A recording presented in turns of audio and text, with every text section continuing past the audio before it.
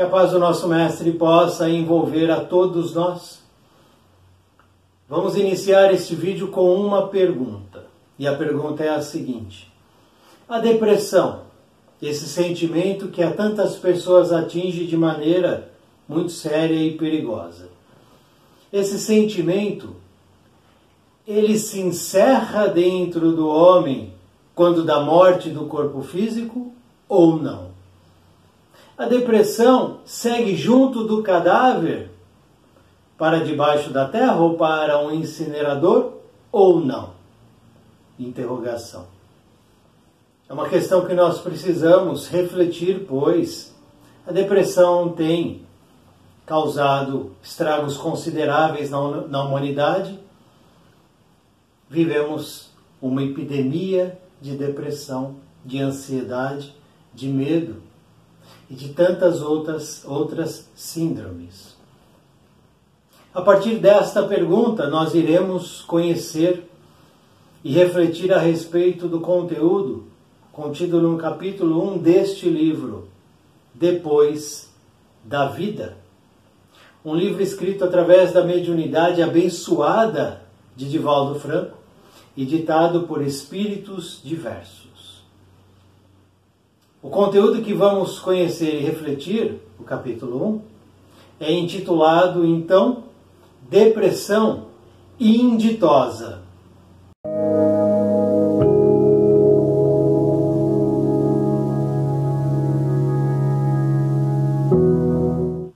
Deus abandonou-me, eu sou desventurado. Algo ou alguém que me apoie e compreenda a minha dor profunda, bem como as razões que me têm retido neste sofrimento sem limite. Eu sei que já se rompeu o fio que me sustentava o corpo material, mas vitimado por esta depressão que trago da carne, sou um pária entre as sombras, sem receber a comiseração de ninguém.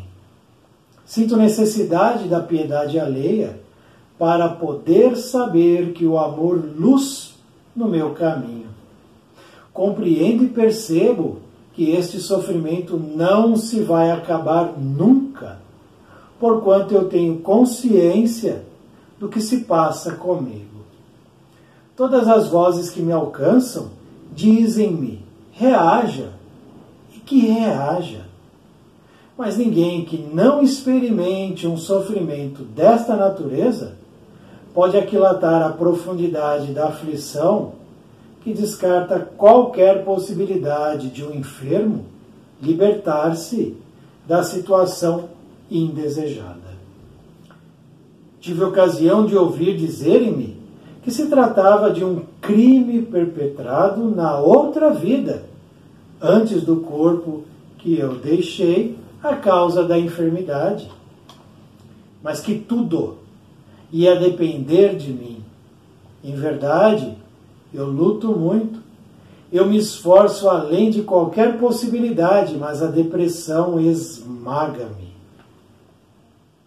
O meu corpo não ficou na sepultura para se desintegrar, está comigo. Eu vejo que não mudei radicalmente em nada, pelo contrário, eu somo às novas sensações aquela angústia que me desencantava, os fenômenos fisiológicos que me aturdem, levando-me ao desmaio muitas vezes. É uma situação penosa, mas da qual ninguém se compadece. Será que isso é viver? Acusam-me de suicídio indireto, porque eu não lutei para sair deste processo.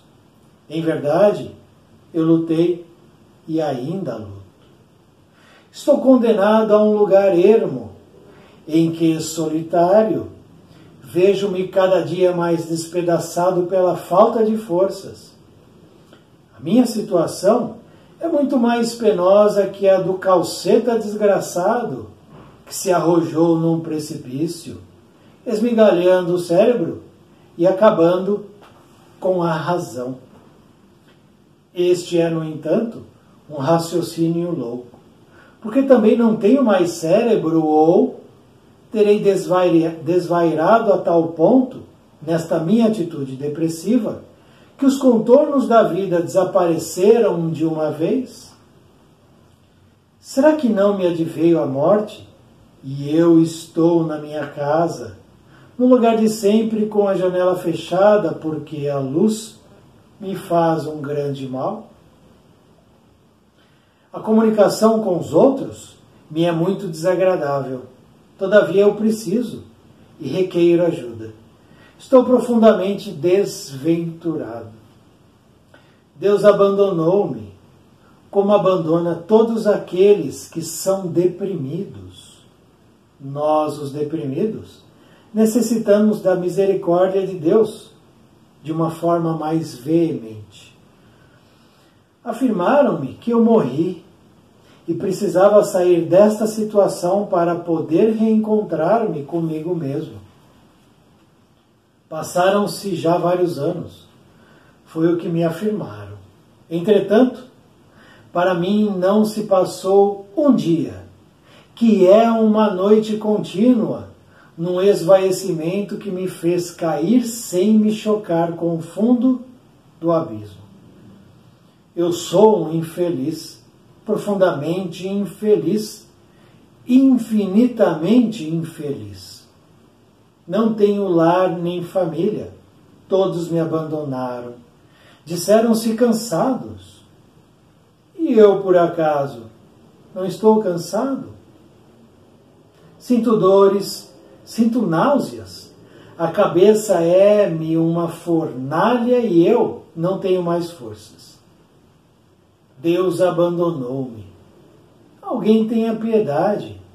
Eu preciso de alguém que me tome das mãos e me arranque estas algemas. Ah, sim, um inferno. Eu estou no inferno de gelo e não se trata do fogaréu teológico.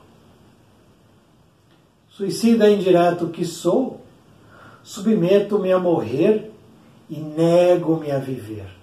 Não suporto mais a dor, que desabe sobre mim o aniquilamento para que me apague o raciocínio.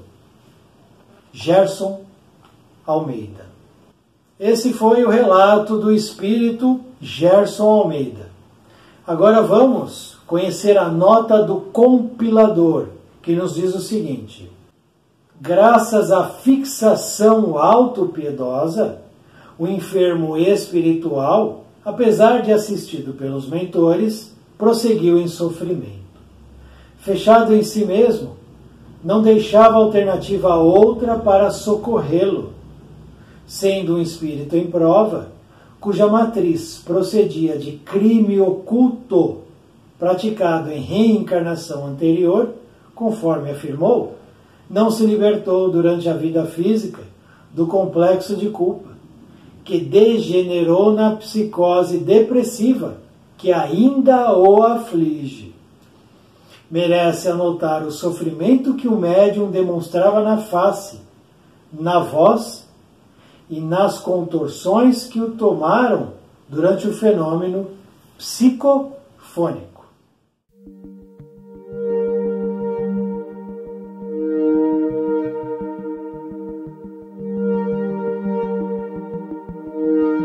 Depressão inditosa.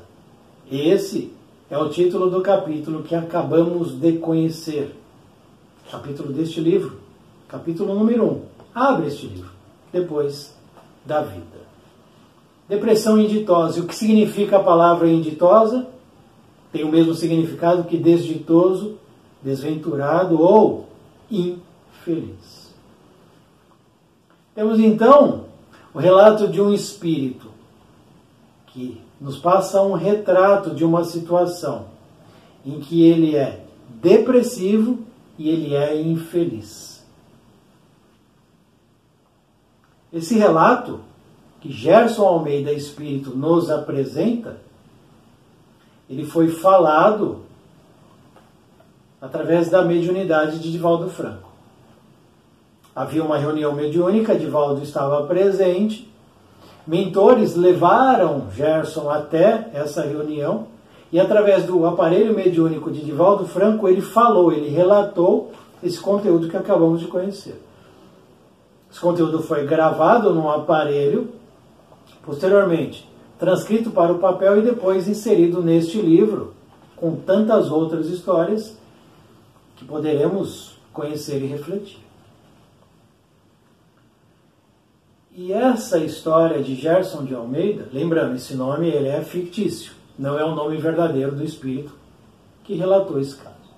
É apenas um nome para a gente identificar esse personagem. O relato desse espírito ele é muito, muito e muito importante.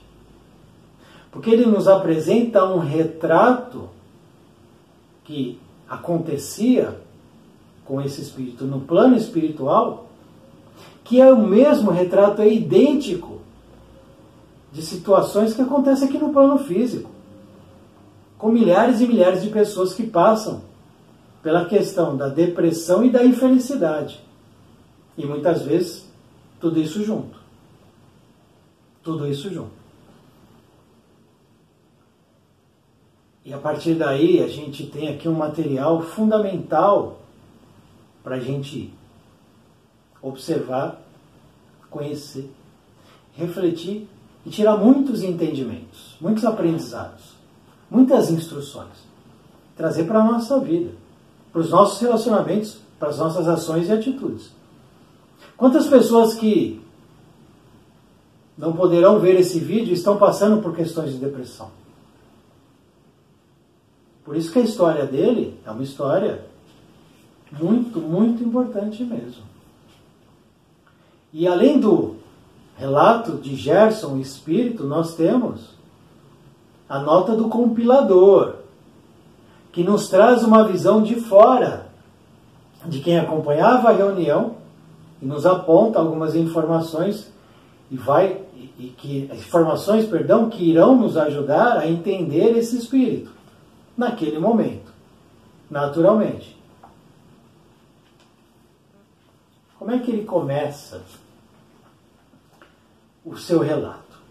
Ele inicia dizendo o seguinte: Deus abandonou-me, eu sou desventurado.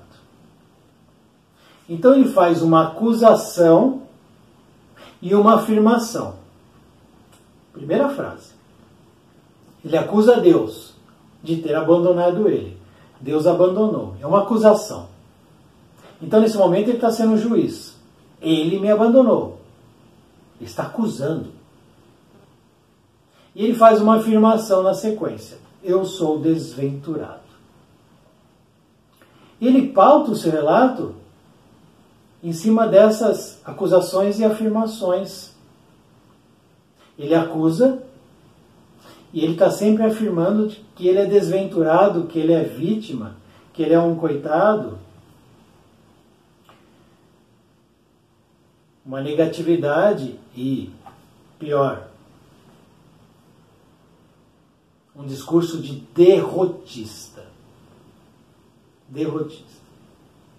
Ele pauta seu relato por essas bases. Ele se baseia por isso. Ele acusa Deus. E ele diz depois, não é só no primeiro parágrafo que ele diz. Depois ele diz, Deus abandonou-me como abandona todos aqueles que são deprimidos. Então ele já coloca todos os deprimidos também como abandonados de Deus. Como se ele conhecesse todos os deprimidos e todos os deprimidos pensassem como ele. Então, a gente vai na nota do compilador que diz o seguinte: graças à fixação autopiedosa, olha lá, autopiedade, vitimismo, derrotismo, negatividade, sou um desventurado, graças à fixação, fixou, travou, ele travou nesse pensamento. Ele está como se ele estivesse atolado e não anda. O enfermo espiritual, enfermo.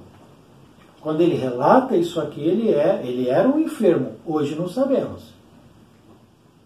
Possivelmente ele já possa ter conseguido alguma melhora. A gente imagina isso, mas aqui ele era enfermo espiritual.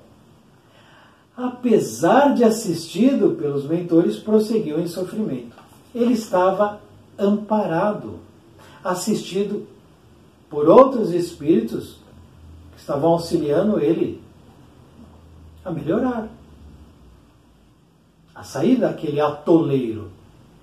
Mas ele fixou na autopiedade, no vitimismo. E aí ele vai avançando. Preciso de alguém ou algo que me apoie. E aí ele começa a fazer os pedidos. Alguém que compreenda a minha dor profunda. Alguém que compreenda as razões que me têm retido nesse sofrimento sem limite. Então, quais são as razões que o levaram àquela situação de sofrimento sem limite? Sem limite para ele. Sofrimento sem limite para aquele que sofre, naturalmente. Quem está de fora tem um outro olhar. Qual é a razão? E aí a gente traz para a gente. Eu estou numa situação hoje difícil. Qual a razão que me levou até esse momento que eu vivo hoje? É uma construção. Aquele que vive a solidão em geral, não vamos colocar como absoluto isso, mas em geral é uma construção que o homem ou a mulher vem edificando na sua caminhada. Se isolando, tendo um comportamento irritadiço, impaciente, não trabalhando as relações de maneira fraternal, amiga, não sendo solidário, não indo de encontro ao outro. Então eu vou me isolando, me fechando em mim mesmo, naturalmente, que as pessoas vão se afastar. Porque o perfil é um perfil que afasta e não aproxima. Que desagrega, não agrega. Ninguém quer ficar perto, ninguém quer ficar junto. E aí fica difícil. Então é uma construção. Passam-se décadas, e de repente a pessoa se vê solitária. Família não liga, os parentes já começam a desencarnar, os que estão mais próximos já não estão mais, e de repente a pessoa acorda e não tem ninguém. Porque ela construiu isso, essa solidão. Ela nunca foi solidária com os outros. Chico dizia, Francisco Cândido Xavier, só é solitário quem não é solidário. Então o meu comportamento vai criando muros, paredes ou pontes. O meu comportamento abre portas ou fecha portas. Meu comportamento, não é o do outro. E lá na frente eu começo a reclamar. Me abandonaram, ninguém liga para mim, ninguém quer conversar comigo. Mas quando ligavam, como é que você tratava as pessoas? Como é que eu tratava as pessoas no relacionamento? Era legal estar comigo? Ou era pesado, difícil, tinha discussão? Como é que era? Então vamos refletir. Uma construção. Quais as razões que levaram Gerson a esse sofrimento sem limite? Foi Deus.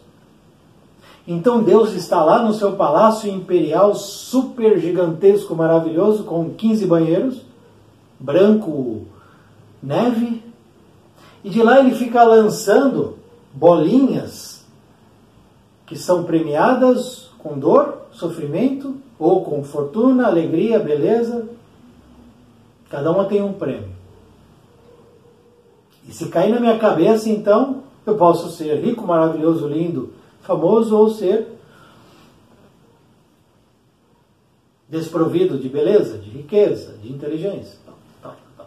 Aí Deus, então, quais foram as razões que levaram ele à situação que ele estava vivenciando? E traz pra gente quais são as razões que me trouxeram aonde eu estou. Eu sou o arquiteto da minha vida. Eu tenho as chaves que abrem as portas. Eu digo o que entra na minha vida e o que não entra. E assim também é com esse espírito. Aqui, ele já sabia que ele já estava desencarnado. Não que ele atingiu a elevação. Mas de alguma maneira ele já entendeu. Não estou mais no plano físico. Mas vitimado por esta depressão que trago da carne, sou um par entre as sombras sem receber a comiseração de ninguém. Então ele está lá e ninguém liga para ele. Será que é assim? Nota do compilador de novo, vamos a ela. Apesar de assistido pelos mentores, prosseguiu em sofrimento. Ele não estava sozinho, abandonado. Ele estava com mentores, com espíritos auxiliando ele, mas ele fixou a ideia de que ele estava abandonado. E nesse parágrafo, a gente vai parar, porque ele diz o seguinte: vitimado por esta depressão, então ele em espírito estava sentindo a depressão que ele trouxe da carne, que trago da carne. Ele desencarnou, ele estava no plano físico com depressão. Ele desencarnou. Desperta no plano espiritual, sentindo a mesma depressão e outras coisas que ele também coloca aqui no texto. Ele não mudou. Ele diz no relato: o meu corpo não ficou na sepultura.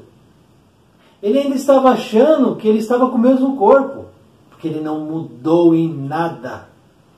Apenas se acrescentou ali a vivência dele em novas situações, que não foram boas. Não foram boas.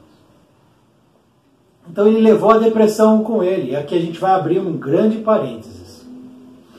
Vamos deixar um pouquinho de lado aqui, vamos entender o seguinte. Ele desencarna, desperta no plano espiritual com a mesma depressão que ele tinha aqui no plano físico. Aqueles que acham que tem esse ideal, essa ideia de que tudo se encerra com a morte do corpo físico, precisam urgentemente mudar de posição. Mudar de posição. Porque senão terão sérios problemas no plano espiritual. Hoje eu estou aqui. Vamos imaginar que eu estou com depressão. Mas eu sou rico, riquíssimo. Eu tenho as maiores indústrias do mundo. Então eu vou procurar o hospital mais tecnologicamente, mais em termos científicos avançados. Os melhores médicos. A nata da nata, o topo do topo. Chego lá e falo o seguinte: ó, eu quero que vocês tirem a depressão que está dentro de mim.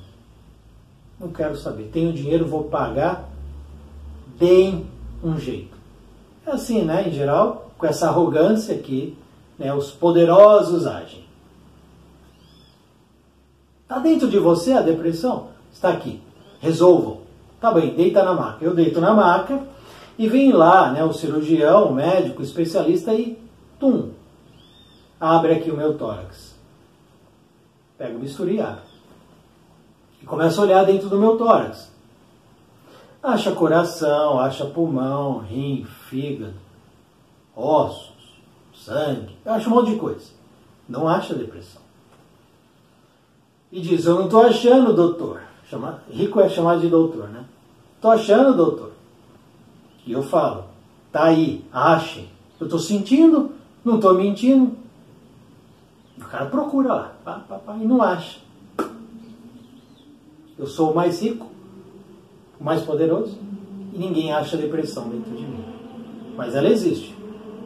As pessoas que sentem depressão estão mentindo? Não. Elas sentem a depressão, sentem a angústia, sentem o medo, Sente a síndrome? Sente a ansiedade? Sim. Estão dentro dessas pessoas essas questões. Porém, aonde está? Está alojado em um lugar. Aonde? Essa é a questão que precisa ser respondida. Quando a gente entende isso, a gente começa a achar novas possibilidades de ação. Naturalmente que tudo isso está alojado no meu espírito. O que eu não seguro está no espírito. O que eu seguro está no corpo material.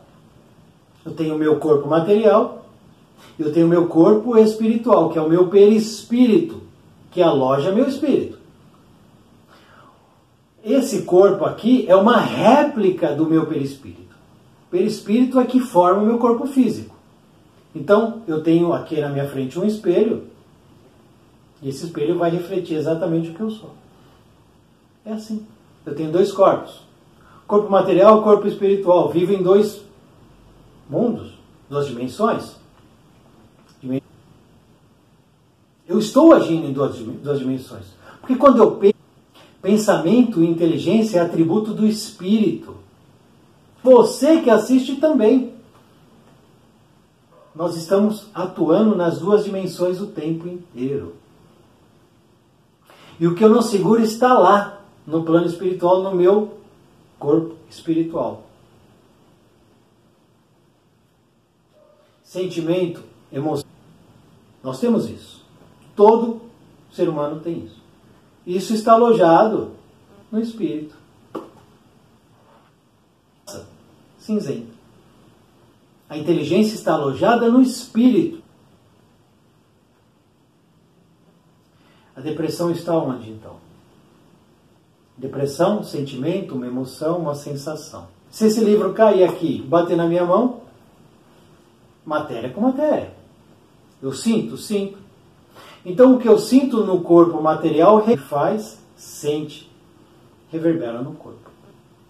Naturalmente, não, nada disso. É instantâneo. Sentiu, pensou. Então não adianta buscar suicídio. Suicídio mata corpo físico. Aonde ele, além de não resolver o problema, agrava a situação. Voltando para o livro. Sinto necessidade da piedade alheia, fixação autopiedosa, perdão. É o que ele diz aqui nesse parágrafo. Sinto a necessidade da piedade, faltando-lhe coragem, faltando-lhe luz no caminho de todos, porque Deus é amor. Mas as pessoas escolhem, aí a gente cai no ego. E o ego vai traçando caminhos que nos afetam. Melhor ou pior? Vai me elevar ou me derrubar? Vai me trazer atrelado ao ego. Eu desejo. Eu quero. Eu sinto necessidade da piedade alheia. É o que ele fala aqui. E ele vai desenvolvendo. Em um dado momento ele diz: todas as vozes que me alcançam, todas as vozes dizem-me que reaja. Meu amigo, é como o médico que dá o remédio. Você toma se você quiser. Eu não tomo e reclamo que eu estou doente. Eu não sigo aquilo que o médico me solicitou fazer. Reclamo da doença. Reaja.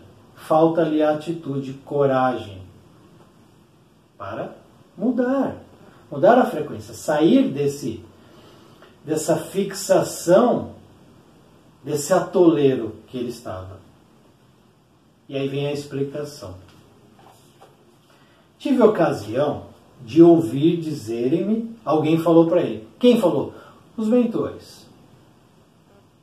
Os mentores falaram para ele que se tratava de um crime à causa. Então, qual é a razão que o levou a essa situação? Que eu perguntei lá atrás. Razões que me têm retido nesse sofrimento. Qual a razão? Está aqui a resposta. Um crime perpetrado na outra vida, antes do corpo que eu deixei, a causa da enfermidade. Então, na reencarnação anterior a essa, que ele retrata aqui, ele cometeu um crime oculto. Nota do compilador. Sendo um espírito em prova, então a reencarnação dele trazia ali provas complexas, cuja matriz, a matriz da prova, procedia de crime oculto, praticado em reencarnação anterior. Era essa a causa. Ele agiu e ele cometeu um crime de maneira oculta, ou seja, ele fugiu da lei humana. Um crime oculto. Ninguém sabia. Quem matou? Ele matou. Ele matou. Ele fugiu.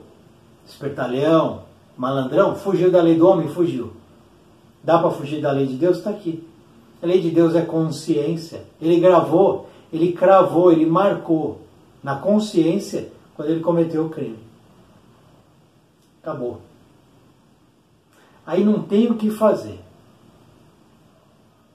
A gente pode passar várias reencarnações fugindo. Em um determinado momento, essa sujeira sobe. Oh, que sobe. E aí gruda.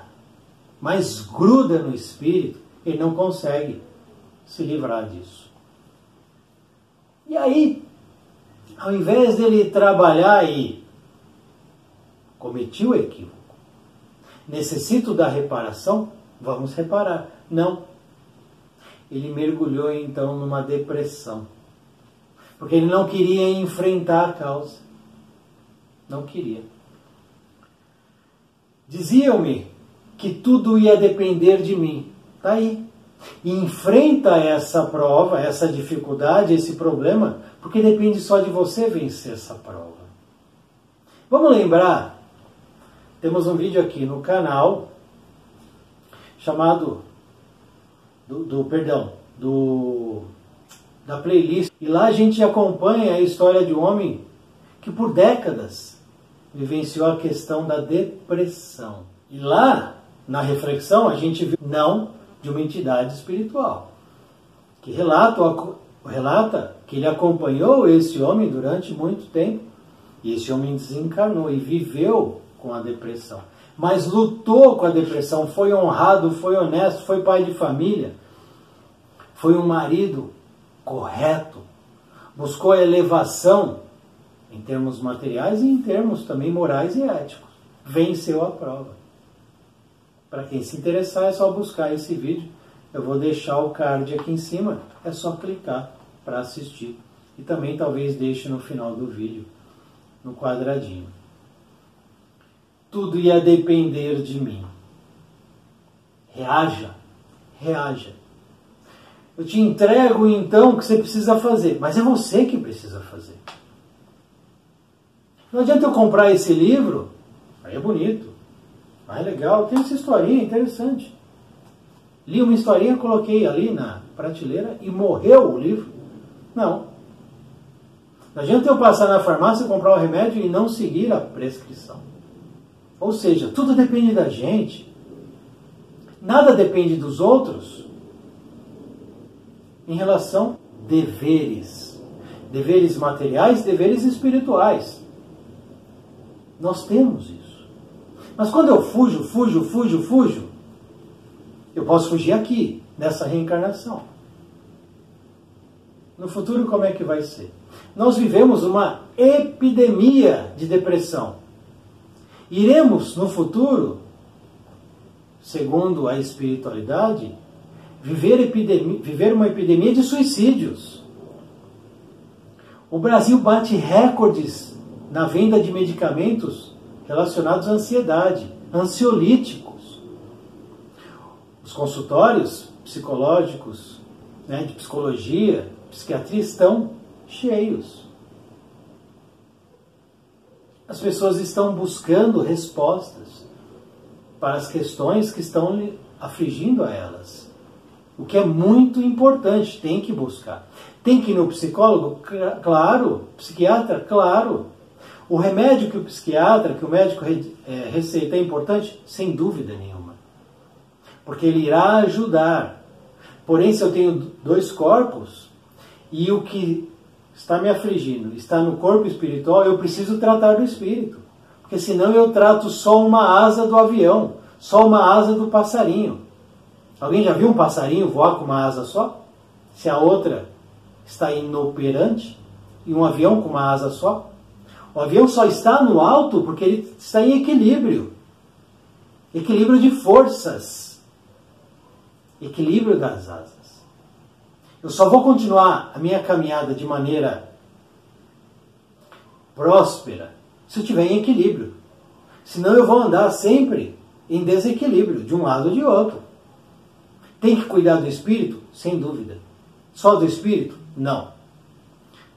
Cuidar do corpo? Sim. Só do corpo? Não. Tomar remédio para o corpo? Sim. Tomar remédio. Porque muitas vezes a espiritualidade atua via os médicos. Só isso? Não. E o espírito como fica? Então eu tomo e me alimento fisicamente e não espiritualmente. Desequilíbrio, o avião em desequilíbrio cai. E se cai, a gente sabe que é tragédia. Como não desejamos tragédias em nossa espiritual, coisa que Gerson não fez. Nós não estamos julgando e não errar onde ele errou. O que vai ficar no teu cadáver quando você desencarnar? Tudo que você segura. Em verdade, eu luto muito. Me esforço, além de qualquer possibilidade, mas a depressão esmaga-me. Claro que esmaga. Claro que é difícil. Ou ali uma barreira dentro da autofixação, do vitimismo, da piedade, da desventura, em que ele não deixava que o socorressem. Ele não deixa. Nós precisamos, ele não deixa. Ele se fecha, ele não aceita. Ele não quer enfrentar aquilo que ele criou. Um crime cometido é um crime porque alguém quis cometer. Alguém quis cometer. De maneira nenhuma. Fez porque deu brecha, abriu portas. Desejou de alguma maneira. Então, não se pode colocar culpa nos espíritos. Alguns têm culpas parciais, mas o homem que abre respostas dos espíritos, mais do que imaginais, em geral, são eles que controlam vocês. Então, cuidado, porque a gente abre a porta e aí entra quem quer, se a gente não controla.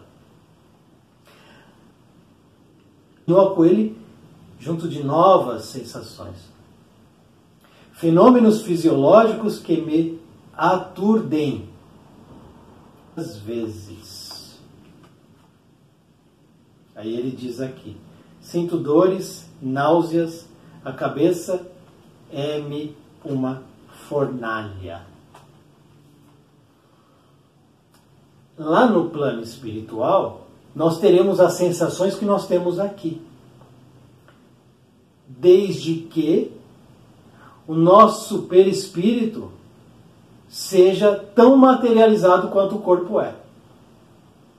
Esse corpo aqui é matéria, eu estou apertando ele. Matéria, esse livro é matéria. Espírito não é matéria, como é essa matéria aqui condensada. Ele é mais sutil. Conforme eu vou me elevando, vai ficando mais sutil.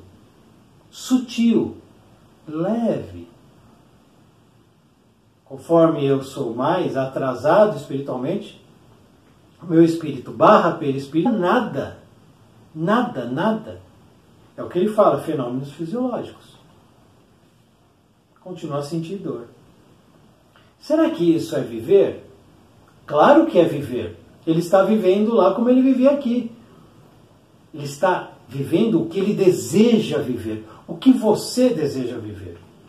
Você é fruto do que você deseja. Eu sou resultado do que eu busco para mim. Não tem como fugir disso. Eu sou o resultado. Então eu preciso buscar as melhores coisas em geral para que eu possa ser melhor, agir melhor, aqui e depois quando eu retornar no plano espiritual, com méritos, com conquistas, com tesouros, no plano espiritual. Acusam-me de suicídio indireto. Está aqui. Ele foi um suicida indireto? Foi. Foi. E a gente já estudou aqui vários, personagens que caminharam pelo suicídio indireto na playlist do livro Umbral. Estudo do livro Umbral, projeções mentais, testemunhos e resgate espiritual. Lá nós tratamos, suicidas indiretos, perdão. Aqui também tem. Ele foi um suicida indireto por causa da depressão? É importante agora a atenção. Ele foi depressivo. Ele tinha angústia e outros sentimentos. Por ele sentir essas situações, sensações, emoções, ele foi considerado um suicida indireto? Não. Não é por causa da depressão que ele se tornou um suicida indireto. Então, por quê? Por que que ele retorna ao plano espiritual como um suicida indireto? Por quê? Resposta. Porque eu não lutei para sair deste processo. Por isso ele é um suicida, ou foi considerado, ou retornou ao plano espiritual como um suicídio indireto. Porque ele não lutou, não pela questão que ele estava inserido, mas pelo comportamento que ele adotou. Tem uma diferença muito grande. De novo, no vídeo que nós estudamos, Dolorosa Calúnia, que é de um ex-policial rodoviário, ele lutou contra a depressão. Ele buscou a medicina aqui do plano físico. Ele procurou as alternativas com o suicídio indireto. Lá, no vídeo, Dolorosa Calúnia. Não retornou como um suicida indireto. Gerson Almeida retorna como um suicida indireto. Os dois personagens tiveram depressão. Um lutou, o outro não lutou. O fato, o ato, a ação, o comportamento, a escolha de não lutar, portanto, todos aqueles que passam por dificuldades, contra essas dificuldades, são suicidas indiretos. Contra as nossas dificuldades, nossas vicissitudes, contra as nossas provas, nossas expiações. Não é refugar. Na hora que vê a prova, não vou.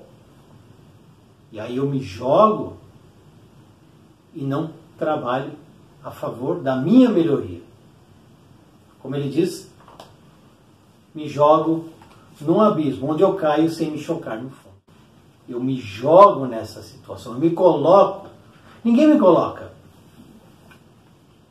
Eu sou o arquiteto da minha vida, eu dirijo a minha vida. Eu organizo minha vida, eu digo para onde vai, para onde não vai. E passa todo um período de experiência aqui no plano material e começa a conviver com essa depressão. Depressão, aí o que ele fez? Ele tinha ali a possibilidade de começar ele. Se o meu comportamento, minha intenção, minha atitude, minhas esperanças, a fé ativa, a gratidão por aquele momento, porque ele tem que ser grato, ele teve a oportunidade da reencarnação. São milhões que desejam reencarnação e não obtêm. Estamos aqui exatamente para que a gente busque a elevação espiritual e a quitação de débitos. São os dois motivos da vida. O resto é perfumaria, é vitrine. Elevação espiritual. Eu fiz o que eu podia, agora não posso mais. Ufa. Eu não quero mais. Está difícil. Pode ser que sim, mas precisa perseverar. Claro que existem momentos em que a gente dobra o joelho, cansa, porque senão começa a dominar a gente. Depressão, angústia, tristeza. Eu trouxe tanta coisa para dentro de mim eu fico pesado. Tudo isso é lição, é aprendizado, para que a gente mude o nosso comportamento. Isso aqui trata de comportamento. Quando cometeu o crime, quando teve uma nova oportunidade, quando não lutou contra a depressão, quando se entregou ao vitimismo, quando retorna ao plano espiritual, continua como vítima. Eu lutei, mas todos dizem, tudo depende de você, tem que reagir, tem que querer, tem que desejar, tem que parar de se colocar como vítima e se colocar como uma pessoa ou um espírito, melhor dizendo, que se equivocou, mas que deseja aprender, mudar. Vamos pegar André Luiz, livro Nosso Lar, 8 anos de umbral. Uma reencarnação em que ele foi um médico que procurou sempre o bem-estar da família de maneira egoísta, nunca se preocupou com os outros. Então a gente tem aí, pelo menos aí, 60 anos entre a experiência reencarnatória de André Luiz e os 8 anos de umbral. Por 60 anos, vai. Né? Depois de resgatado, vai lá para a cidade espiritual Nosso Lar. Lá aprende uma série de situações, conhece muitas coisas, entende o quanto ele errou e depois parte para o trabalho. Vamos trabalhar. Vamos mudar o que a gente é. Porque a gente erra mesmo. E Deus sabe disso. Deus não nos exige perfeição, mas solicita boa vontade. Deus não deseja a morte do equivocado, mas a morte do equívoco. Deus não exige que nós sejamos super-heróis, mas nos convida, quando nos oferta novos dias, nos convida a novas atitudes. As 24 horas do dia são as mesmas 24 horas para quem tem esperança e para quem tem desesperança. As 24 horas do dia são as mesmas para quem tem fé e para quem não tem fé. Para quem deseja elevação espiritual e para quem deseja conquistas materiais. São as mesmas 24 horas. Eu escolho o que eu faço. E aí Deus está provendo as possibilidades para aquele que luta e para aquele que não luta. As possibilidades são as mesmas de luta perante as ofertas da vida. Claro, cada um tem uma prova, uma dificuldade, uma caminhada. Mas não existe caminhada sem prova, sem dificuldade em um planeta de prova e expiação.